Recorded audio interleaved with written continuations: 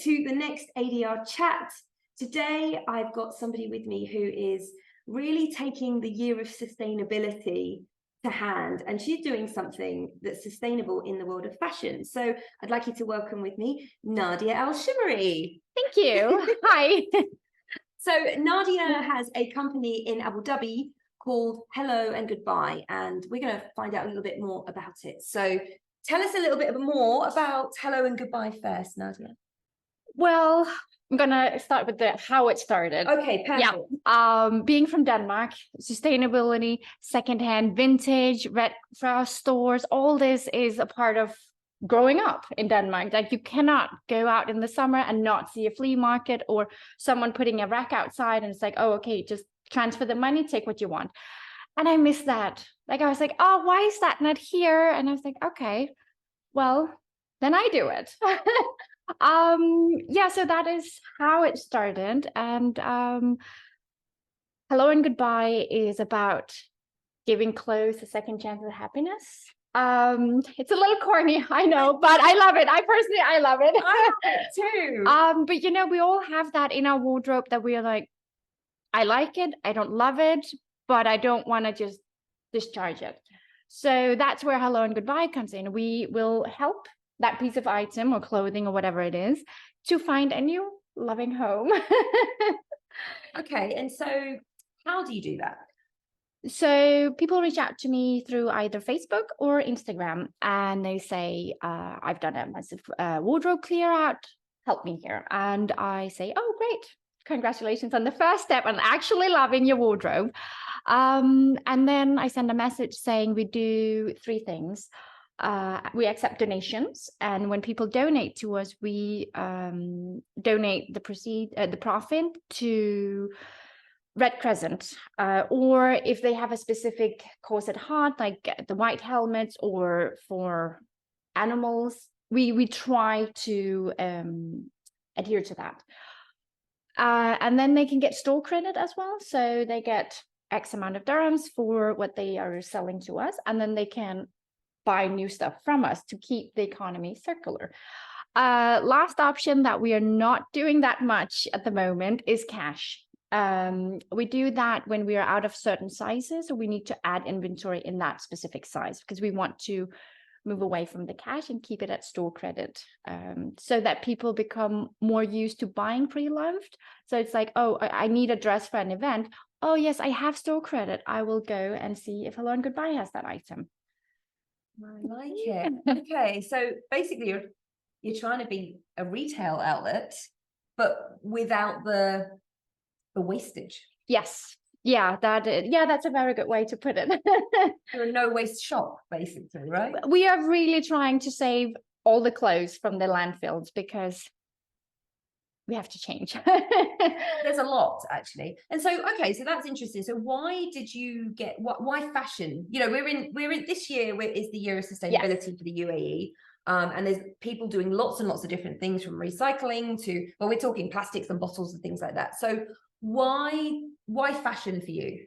Because we all use fashion. It's how we express ourselves. And personally, for me, fashion is important. I love dressing up. It's like I open my wardrobe and it's just happiness. But it doesn't have to be the latest collection that's in Zara or Dolce & Gabbana or wherever you shop. It can also be something that someone else had.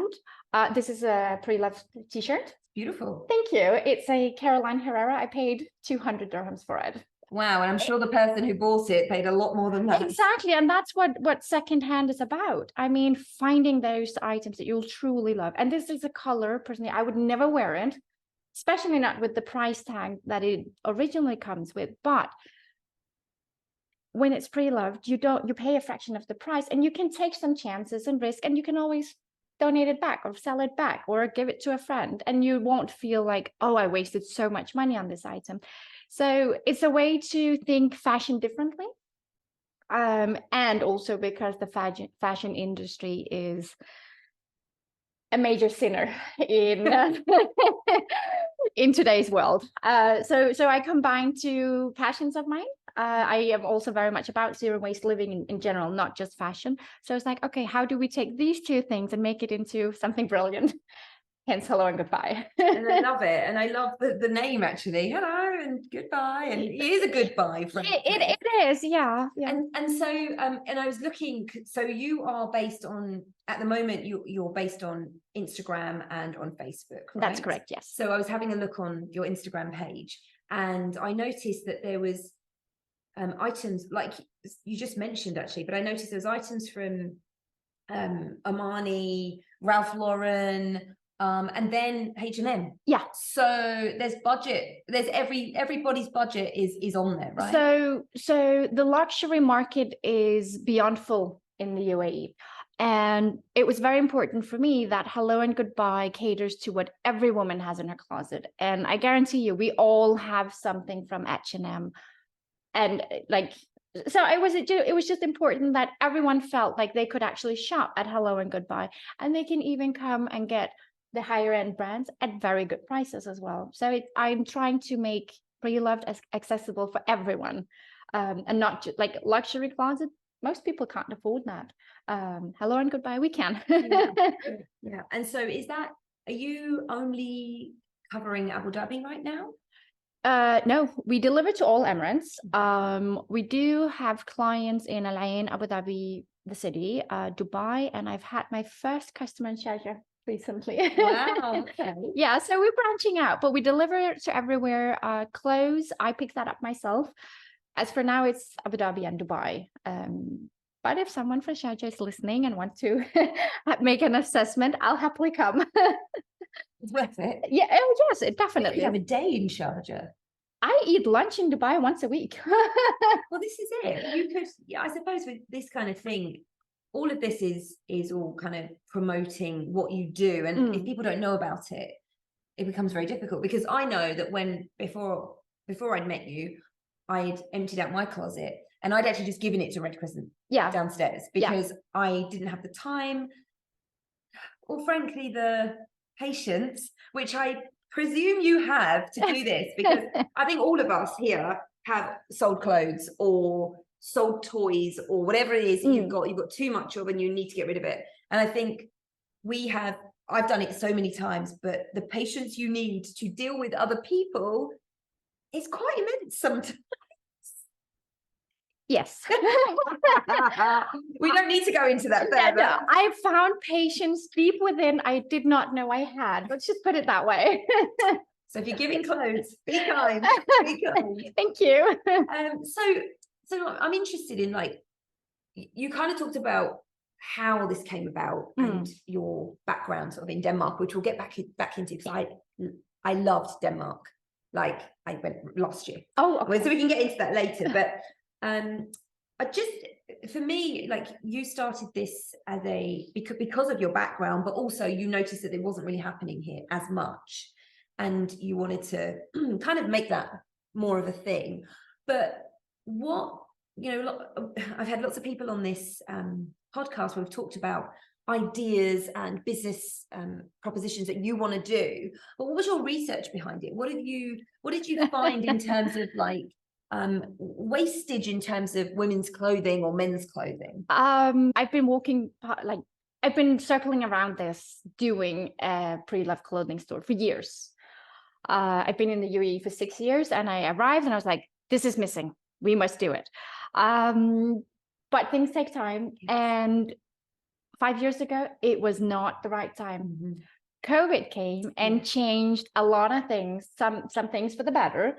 If you ask me, I think people became more aware of our footprint in general on the planet. And we genuinely want to do better, but we also want it to be easy, which is Hello and Goodbye. You send us a text, we will come, and that is all you have to do. So for me, it was very important that it was very easy, and everyone could do it. And the research was more as in, there's so much waste. There's so much fashion waste. I mean, there's enough clothes on Earth right now for the next 6 generations. We do not need to produce any more clothes. And then I read a study saying that women wear their items 7 times overall in general, or worldwide, before discharging it. I was like, no, that can't be true. This is insane. This has to change. We don't use a plate 7 times and throw it out. We keep it for years and years. We take good care of it. So for me, Hello and Goodbuy is a lot more than just selling clothes. It's also about slowly educating and changing people's perspective of pre-loved clothes, that there's absolutely nothing wrong with it. It's not old, it's not dirty, it's not like, it's good, it's clean, and it's in perfect condition. Otherwise, we would not sell it. And actually, that's interesting, because there's 2 things here that I wanted to sort of talk to you about in terms of that. Back in the UK, there was a bit of a stigma in the, in the 80s or 90s or whatever, that, oh, you went to the charity shop and bought your clothes or whatever. Yeah. There was a stigma to it. I think that's changed rapidly over the last maybe 5-10 years. Yeah, sure. Definitely. Yeah. But you're right. There is that vision of, well, it's pre-loved, so I don't want it. Exactly. So in Europe, that has changed. I think people are genuinely judging you a little bit if you do not buy pre-loved. It's like, oh, you went to a shop, you paid this from new? That's not good. So that's how it's changed in Europe. With everything, we are a little bit behind here. I remember I lived here back in 2003. We were still getting cassettes. I mean, that was not a thing in the rest of the world. Yeah. So things are like a little slower here and sometimes. And pre-loved is definitely much slower. And my clients are Westerners that are used to this. It is rarely Arabs and locals, because it's not a part of the culture. I've spoken with a lot, because that's actually where I put a lot of my research, just like, how do I reach the locals and how do I reach the other Arabs? It is difficult because they grow up with it being okay to circle clothes within the family, because they know the family, they know how they treat the clothes, they know it's clean, they know they're washing it well. And I'm like, but that's why the washing machine was invented. But it's grounded so deeply in them, so it's very difficult. There's no issue buying shoes and bags, because you don't put it on your body per se. But I've had Hello and Goodbuy for just above more than a year, and I've slowly seen more of the Arabs becoming my clients, because I think it's starting to grow slowly. Also with COP28 and the Year of Sustainability, and we keep hearing about it. Like, you cannot open the news today and not seeing something. You have to do this. It's less CO2 emission, and so and so and so. So we're bombarded with make better choices. So I think it's coming, hopefully. Yes. No, but I think with the Year of Sustainability in the UAE, I think that's really changed perceptions. We have to pay for plastic bags now. Yeah. We have to, all of those things which were just happening. And I know that it's such a crucial element for not just for this year. This is going to continue now, but I think it's brilliant that the UAE have actually put a focus on it. Yeah, absolutely. In terms of this year, because things were happening previously, but I think having a focus on it will really push people to I'm not saying people will change their ways immediately, as you said, but I think slowly. But I think it will make people's ideals change a little. So that's one side of it. So I think the stigma part of it is, that was a thing, like I said, when I was in the UK. Definitely. 90s. In the playground, somebody would say to somebody, oh, you got your clothes from the charity shop. It was in Denmark as well, way until the 90s, early zeros. It was, you got your clothes from Red Cross. Yes. Or you went to Carrefour and got your clothes. Now, no one would ever say, oh, good on you. I saved this much money. Amazing. You can use it in something more fun. Well, this is it. And I think actually you're right. So with COVID, because this was the other thing that I noticed. Over COVID, we spent a lot of time at home. Yeah. So we emptied cupboards, we gave things away. And what we noticed was, usually if we gave things away, people would snap it up immediately. Yeah. But the whole COVID situation meant that people didn't want to touch other people's stuff. Which, yeah, we were told not to. Well, yeah, exactly. yeah. And so I found that I just had this huge pile of things until there was a time that I could get rid of it. So I get that you didn't start your business until after COVID. And I think now people are much more open to handling other things. Yeah. Or other people's stuff. They're much more open to it. COVID is like, we don't even think about it anymore. Still around, unfortunately. Oh, yes. Yeah, unfortunately. So I read something on your Instagram, I think it was on your Instagram, that you've already saved more than 1,500 items of clothing going to landfill. Yes, and those are very old numbers. Okay, so what's the number now? Well, right now our stock is just shy of 5,000 items. So that is 5,000 items that probably otherwise would have ended up in the landfill. So we are doing pretty well. That's amazing. Yeah, but we also have a lot coming in all the time. So we need people to buy it just a little bit more. Yes, I can imagine that people are quite willing to give you their items. Yeah, no, I can totally imagine that. So I suppose some people would ask, okay, so you're coming to take my clothes. What happens after? It's a long process from before we are ready to sell it. So we pick it up. We do a quick assessment while we at say the person wants store credit. So we do a quick assessment. That's like holding the clothes up in lighting, see are there any spots, are there any tears. If it seems fixable or removable, we take the item. We want to save as many items as possible. Even the items that are not sellable, we offer to take them off people's hands because you've already called us. We might as well just take everything from you. Then we go home. Anything that needs mending goes to a tailor. Anything that needs washing goes in the washer. Anything that needs, but like beyond my abilities, goes to the dry cleaner. From there on, steaming time. I steam so much. Your skin looks amazing. Yeah, that's the other good side of the business. 3 facials. So steaming the clothes, photographing the clothes, editing the pictures, pricing the pictures, posting them on the line, making a reel with them so people can see, okay, this is how you could style it, these kind of things. Waiting for the right person for the right item, because it's not, we are also trying to say, don't just buy everything. We're really working hard on finding that one person that we know will love this item. I have a lot of people saying, oh, if you get a golden blazer in, please let me know. So I have this long list of people looking for very specific things. So I try to source these things out as well. And then the item is ready to be sold. And once it's on Instagram and Facebook, and hopefully by the end of the summer, a website. Excellent. Yes, then the item is sold. So it's a long process. And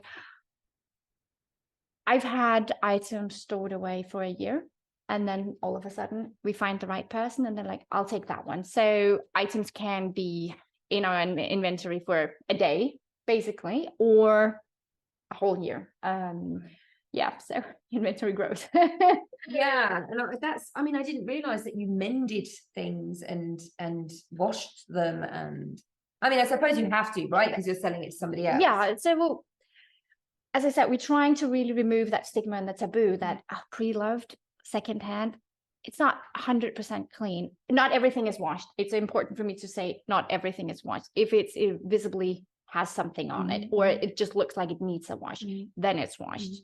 But yeah, it needs to be in perfect condition. If I don't want to wear it, no one else would want to wear it.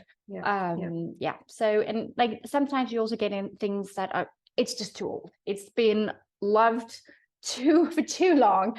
More than 7 times. Way more than 7 times. Yes. Then these items are then donated to Kiswa. I don't know if you know that. Yeah. So we contact them, and I know that they use like all the clothing fibers. So absolutely nothing goes to waste. Fantastic. Yeah. So really, then you have stopped all of them going to landfill. Yes, because I believe I have. Yes. That's amazing. So, okay, so you've taken my clothes, you've washed, clean, mended them, and then you've sold it to somebody. Yes. What happens with that money? So if it's donated. So if I donate the clothes to you, if you say, I would like to donate these things, the entire profit goes to Red Crescent or another entity that you'd like it to go to. If you ask for store credit, obviously there's not really any money involved. If you're not a person that has store credit with me already, you would have to pay dirhams, actual money. That all goes into reinvesting into the company. I have had the business since 15th of March last year. I took 35 dirhams out. I bought my husband ice cream. Best thing to spend that. Yes, it was worth it. The best salary I've ever received. So there is it's no secret that there's not a lot of money in pre-loved clothes. And the little bit of money there is goes back into the company so that we can grow one day, have a physical store, these kind of things. But that's fair enough. I mean, it's not sustainable. It's meant to be sustainable, but it's not sustainable if it's not helping the person who's trying to make it sustainable. Exactly. Yeah. I always say it's not a business for profit. I don't think it will ever be. It's a passion project. It's just a project for me that I'm so passionate about, and I want to do a little change. If I can save 5,000 items a year, I've done good. I mean, Hello and Goodbuy is succeeding. Yeah. And so what, this is, like you said, it's a passion project. But what did you do before? Were you in the workplace? No, I have a teaching background. Okay. Yeah. Where I did teach a lot about sustainability. Okay. Yeah. Where were you teaching? Back home in Denmark. I haven't taught here. No, I was a very privileged housewife for a long time. A little bored. So that's also why Hello and Goodbuy came to exist. I was like, I should do something, maybe a pre-loved clothing store. And then I would shelf it. I was like, I'll think about it again in a year. And then after COVID, I was suddenly, honestly, it happened by coincidence. I saw a girl posting on a Facebook group saying, I'm so frustrated. What do I do with my old clothes? And by that time, I had the name. And I had an Instagram account for Hello and Goodbuy. There was absolutely nothing on it. And I'd had the Instagram account for 6 months at that time. I was like, one day it will happen. And I was just remembering, I was in bed in the morning and I was on my phone. And I did something very hasty. I replied to her. I was like, oh, don't look no further. Hello and Goodbuy is opening very, very soon. And I was like, okay, that's fine. I don't have to do anything about that. Eventually, I'll circle back to it. And by the end of the day, I had the first 100 followers and my Facebook inbox was exploding. People were just, I want to help out. I want to donate clothes. Tell me, what do you need? And I was like, oh, this is a commitment. I have to do this. And then when my husband came home, I was like, honey, I did something today. And he just goes, God, what did you do? Like, I think I started a business. I'm not 100% sure what happened. And that is how Hello and Goodbye actually started. It was coincidence, I guess. So thank you to that girl on Facebook.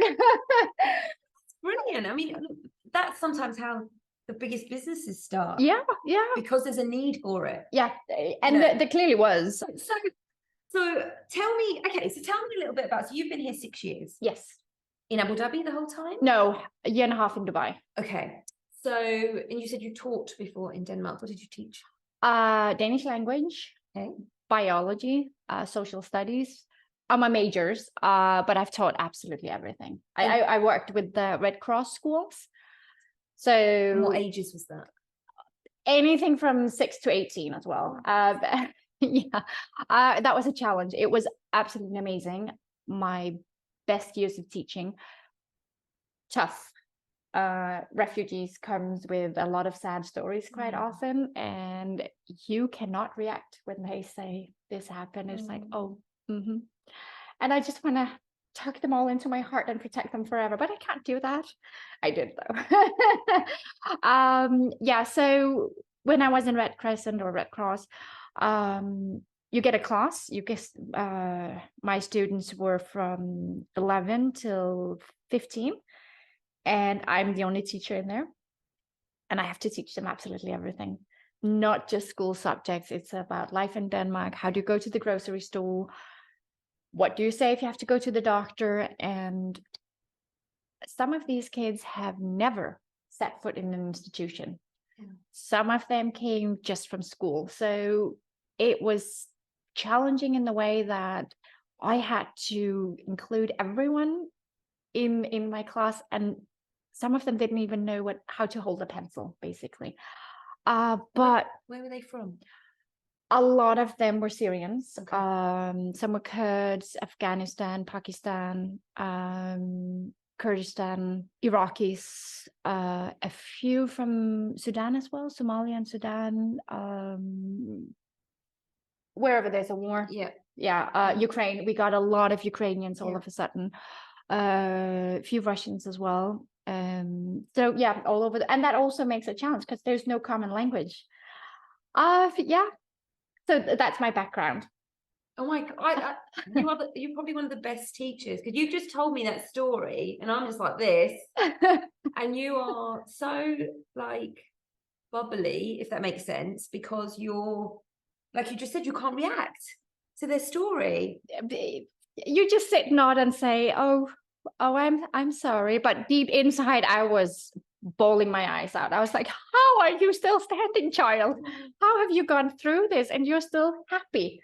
You were sitting here drawing and just talking like, oh yeah, this happened to me. I was like, I need to go home and cry. But kids are absolutely amazing. They have this ability to just say, they were talking about the very obvious trauma they'd gone through, like it was something they watched in the cartoons. Like they could distance themselves in this magical kind of way. And I'm baffled about the strength that these kids and the parents obviously had. Because I wonder if it's because it's reality. It was just reality. It was, you know, it was just an everyday thing for them. So you suddenly, it's like somebody talking about being stuck in traffic. Yeah. Oh, I was stuck in traffic today, because it happens every day. You know, I'm not saying I don't think they had a choice. Well, this is it. Yeah. This is it. It's so part of their lives, and then suddenly they've moved somewhere where I can only say it's bright and flowery and. We've got a wonderful teacher, you know, a smiley teacher, and suddenly you're safe. Yeah. But I also think, like psychologically, it's their way of coping. They distance themselves. It didn't happen to them. It happened around them. And when they were talking about it, they were talking as if they were just observing, even though it was one of the parents that didn't make it, or one of the siblings that, I don't want to turn this dark, but these kind of things, you know, and they just told it as if they saw it on, like, it wasn't them. They weren't really there. And now they're happy because they can play football. Like, okay, let's go out and play football then. Yeah. You're right. I think it is a coping mechanism. Definitely. Wow. But brilliant kids, absolutely amazing kids. What rewarding teaching job. Yes. Oh my God. All teaching jobs are rewarding, but this is a different kind of rewarding, because we're not focusing on grades. Exactly. Not at all. It's not important. It's the humanity in these classes that are important, and how to help them move on in life. So yeah, that was tough, but I loved it. If someone said, do you want to do it again, I would do it in a heartbeat. Okay. Yeah. Okay. Right, let's get back to what we came to discuss. What we came to discuss. So Hello and Goodbuy. If somebody wants to give you the clothes, and then you donate to Red Crescent, they can also choose somewhere else to donate to as well. Yes. And I read also you donated something to a mangrove plantation. No, that is something we hope to start after the summer. Yes. Okay. Because while we try to do things outside of the country, we also need to remember, hey, this is what we call home and we love it. That's why we're here. So I thought, okay, Abu Dhabi is all about planting mangroves. I want Hello and Goodbuy to be a part of that. So hopefully after the summer, we're going to launch that. The details are not ready yet, but some percentage you buy for X amount of dirhams, still very much new. But then you can actually be a part of owning or be the name of a mangrove or something like that. It's very new still, but it's going to happen hopefully. So you can get a geo tag on it, and you say, oh, okay, I'm partially owning this tree. I have made it happen, and you can watch it grow and all these kind of things. Fantastic. Yeah, we try to do a lot of little things so we can make small changes everywhere. But I love the fact that you're doing things to do with sustainability. Everything we do is sustainable. We like every decision that's made is like, okay, first when I started Hello and Goodbuy, our clothes come with these tags on because that makes it feel new for you. There's still that psychological that you cut something off. The first tags I got had this 0.5 centimeter plastic clothes thingy on. You know them from the shops. It takes 6 seconds more. The new it's just a twine that I have to tie, but it takes 6 seconds more. And I was like, okay, do I want to save 6 seconds per item, which is a lot of items, or do I want to be able to say that we are 100% plastic free? Everything takes 6 seconds longer, but that means we do not have any plastic in our packaging. So it's all these little things. The bags that our clothes are delivered in are reused. We ask our clients to gather them, clean brown and white bags with no logos or anything on them. And when they have 10, they get 10% off their next purchase. So even the bags are reused. Wow, that's super cool. I didn't know that. Oh, we so many brown bags. Oh, okay. Bring them. Okay, right. Yes. No, that's great, because actually a lot of the supermarkets are giving brown bags now. So if you've got them, I always wonder, what am I going to, I can take things in them, but they start to go a bit, you know, if they get wet or something, they're not reusable at all. But when we get a delivery, if it comes in a paper bag, that's great. I'll definitely keep them. That's great. Thank you. That's a really good idea. So it's all sustainable. Everything you do is sustainable. So that's fantastic. So the tags, the bags, the clothes, not so much your time, but that's okay. What's 6 seconds times 5,000? A lot of seconds. A lot of seconds. So what do you see? So you mentioned that you're hoping to have a website soon. Yes. Potentially. Maybe. Oh, definitely. No, by the end of the summer. I have my first meeting next week about it. Okay. Because I don't know how to do it. And sometimes I need help. Yes. Yeah. So I'll have my first meeting about a website. It's going to feature online shopping as well. Mm-hmm. Because I do acknowledge that not everyone is on Instagram, or it can be difficult to navigate, and our catalog is getting huge, and there's no way to filter. Like I do the highlights, so it's like small, one piece, medium, bottoms and such. It's still a lot to go through. So I want to make the shopping experience easier. So website happening soon. Oh, good. All right. So for the moment, if anybody wants to get in contact with you, it's Hello and Goodbuy, but the buy is BUY. A little pun. So it's Hello and Goodbuy on Instagram. Yes. Hello and Goodbuy on Facebook. Okay. And WhatsApp. And WhatsApp. Yes. Okay. Well, we can put the WhatsApp number at the bottom of this video, if that helps anybody. Oh, yes. Yeah. And do you also have something else as well, don't you? What else? How else can people find you? We do pop-ups around the city of Abu Dhabi.